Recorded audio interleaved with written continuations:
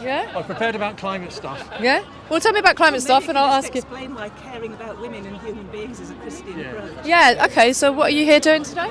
Well, I'm here with Christian Climate Action to support the campaign for Rosebank oil field not to go ahead. It's the last remaining undeveloped oil field in the North Sea. They got a license from the Conservative government to develop it.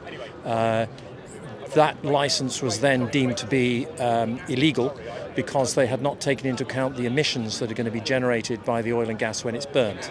And that was a decision of the Scottish High Court. Since then, they've revised their environmental impact statement.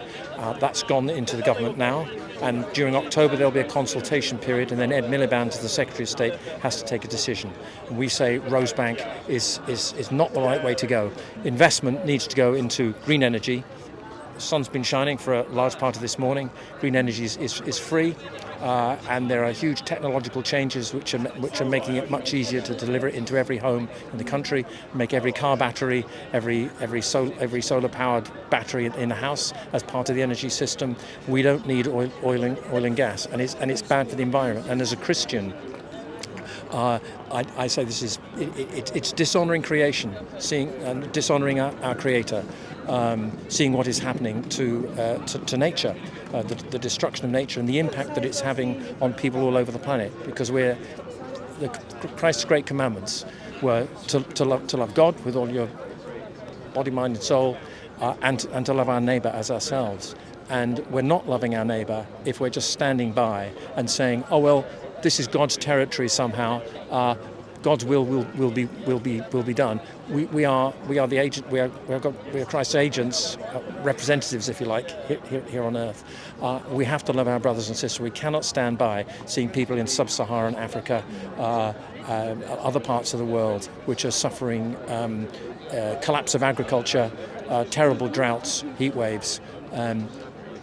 So green energy, and also what we're looking for is global justice. So we're looking for these solutions to be spread out across the world. So it's not just a question of Western nations, developed nations, being able to carry on with the type of lifestyle that we have now and making everything okay for us. There has to be justice for everybody here. Wonderful, thanks for that. And is the unborn child also our neighbour? Well, that's an interesting question as to whether or not a child becomes a child at the moment of birth or before birth. I think we have to consider the interests of no two cases are the same, and then I think there are special circumstances where the woman should have the right to choose as to whether or not to sustain the baby or not. So going back to your first question, you said it depends on when life begins, right? Yes. And so what does... I'm not a scientist. I'm not a scientist. Don't pretend. But what does science tell us, and what does the Bible tell us about when life begins? When life begins, I think it's at the moment of birth. I think it's at the moment of birth. I don't think it's... So 8-month baby in the womb is not a human being? I'm not speaking for Christian Climate Action on this point, all right? This is personal. There are other people within Christian Climate Action who are very strongly pro-life. So I'm just speaking for me. I've got to stress that very, very much.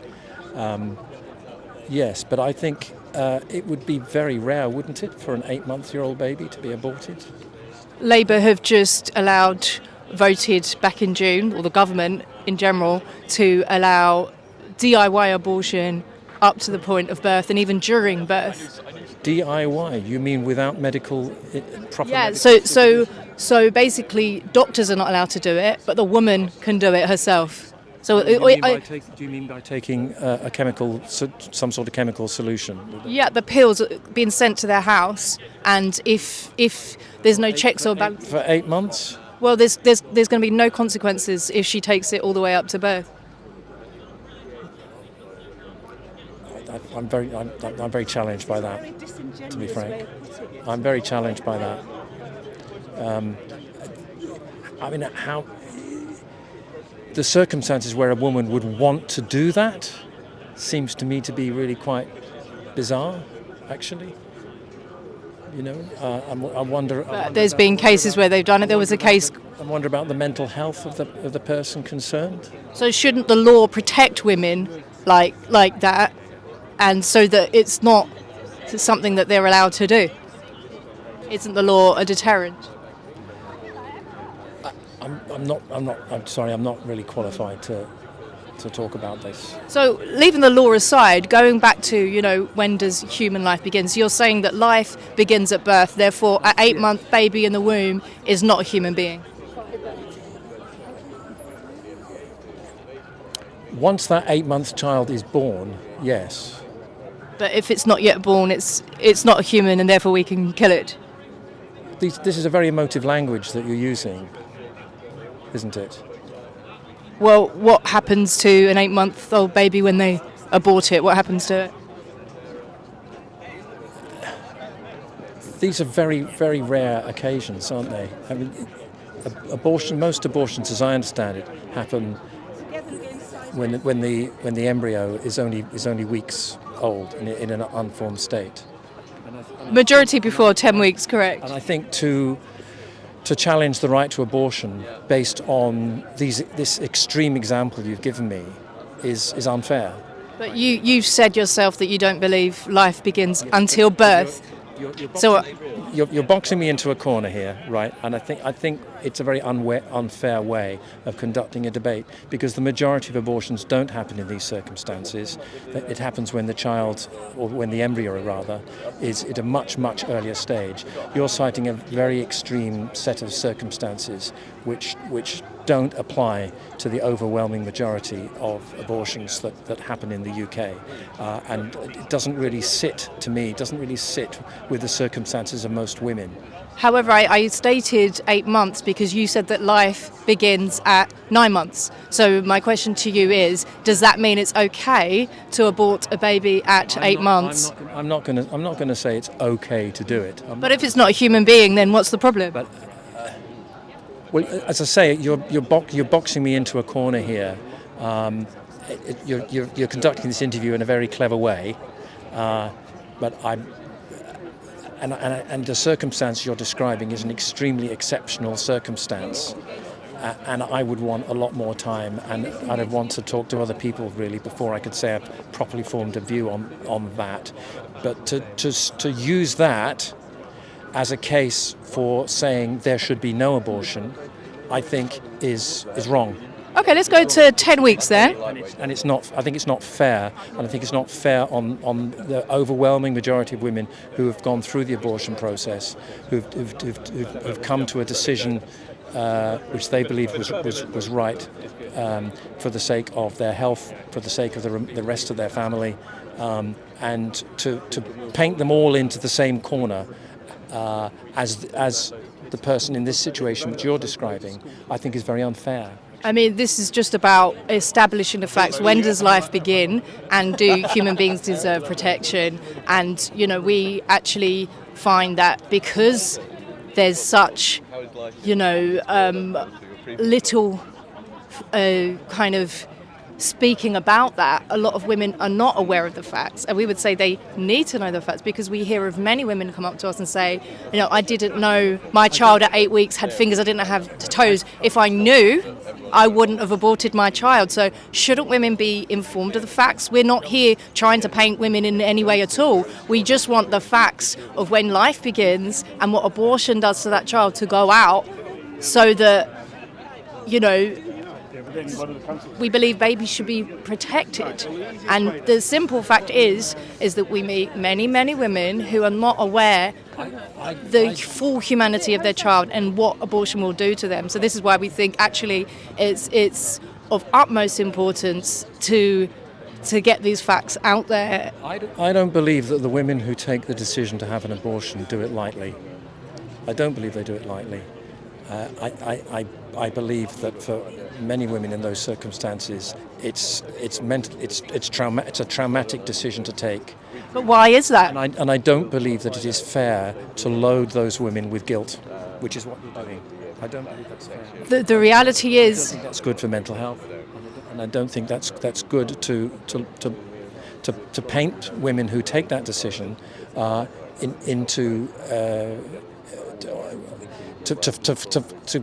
to burden them with guilt over that. I think that's very unfair because they're already in a state of mental turmoil. but what if you're recognising that abortion is something that is extremely traumatic to women, wouldn't you want... It's a traumatic, not abortion, I'm saying the decision to do it. So wouldn't you want to protect women and inform them of what it is so that they don't make these decisions lightly at the very least? I don't think that's right for other people to be telling them what to do with their bodies. But whose body is the baby inside their womb? Well, we're talking generally with abortions, as I understand it, we're talking here about embryos which are only a few weeks old. So up to 10 weeks is about, so the pills by post can be used, are supposed to be used up to 10 weeks. We know that they're used beforehand. But what I'm saying is that most abortions, you're correct, do happen before 10 weeks. It becomes a fetus, it's known as a fetus at 10 weeks. Yes, it's called an embryo before then. These are just stages of development, and they're not, it doesn't say about, I mean, Latin, fetus just means little one. In Latin, it's just like first of all it's a zygote at the point of conception, then it's called an embryo up to 9 weeks, then a fetus, then it's born and we call it a baby, then a toddler, then a teenager, then an adult. These are stages of development. They don't say whether the human being is human or not. Okay. I don't know that I can add, frankly, to anything that I've said already. I think what you're doing here is I've seen the images that you have over there. They're horrible. They're horrible, and I don't think it's right that you post those images up. Is what's worse, to show injustice or the fact that injustice is actually happening? If the image is upsetting you, what about the fact that that baby is actually being tortured to death? You're basing your argument principally on abortions very, very late in the term. No, but I've said to you, let's talk about babies aborted before 10 weeks. Let's talk about it. As a Christian, what do you make of Psalm 139 where it says, "I knit you together in your mother's womb"? As a Christian, I'm not into quoting Bible verses to people because I'm not familiar with that verse. You're not familiar with Psalm 139, "For I knit you together in your mother's womb"? I'm not a theologian, and I don't expect to be a Christian that you have to know the Bible off by heart. And to quote specific verses, we can all quote specific verses, and we can make them fit a particular worldview that you might have, and it's very dangerous to do that. I'm not going to get into a debate about what a particular psalm verse happens to mean or doesn't mean. Do you support killing toddlers? No. But the mothers themselves, no one else, just their mothers. Killing a toddler? What are you talking about? Why do you raise that? What a disgraceful thing to say, frankly. Who are you suggesting kills toddlers? Well, I'm asking you, because if it's the woman's child, shouldn't she be able to do what she wants? You're talking about murder here. You're saying to me, do I think murdering children is okay? Yes, that's what this... Question. Frankly, what a disgraceful question. What's the difference between a 2-year-old and a 9-month-old baby in the womb? What's the difference? A 9-month-old baby, generally speaking, isn't in the womb. It's about to be born. So 8.5 months? Look, you're going back to these very extreme situations, right? And it's not fair to define the whole discussion about abortion around events that may be happening during the last 2 or 3 weeks. But don't you think it's fair to establish when life begins? To equate abortion to somebody killing a toddler is ridiculous. It's absolutely ridiculous. It's disgraceful. I'm sorry, I'm just going to end this here now. I've had it now. Thank you very much.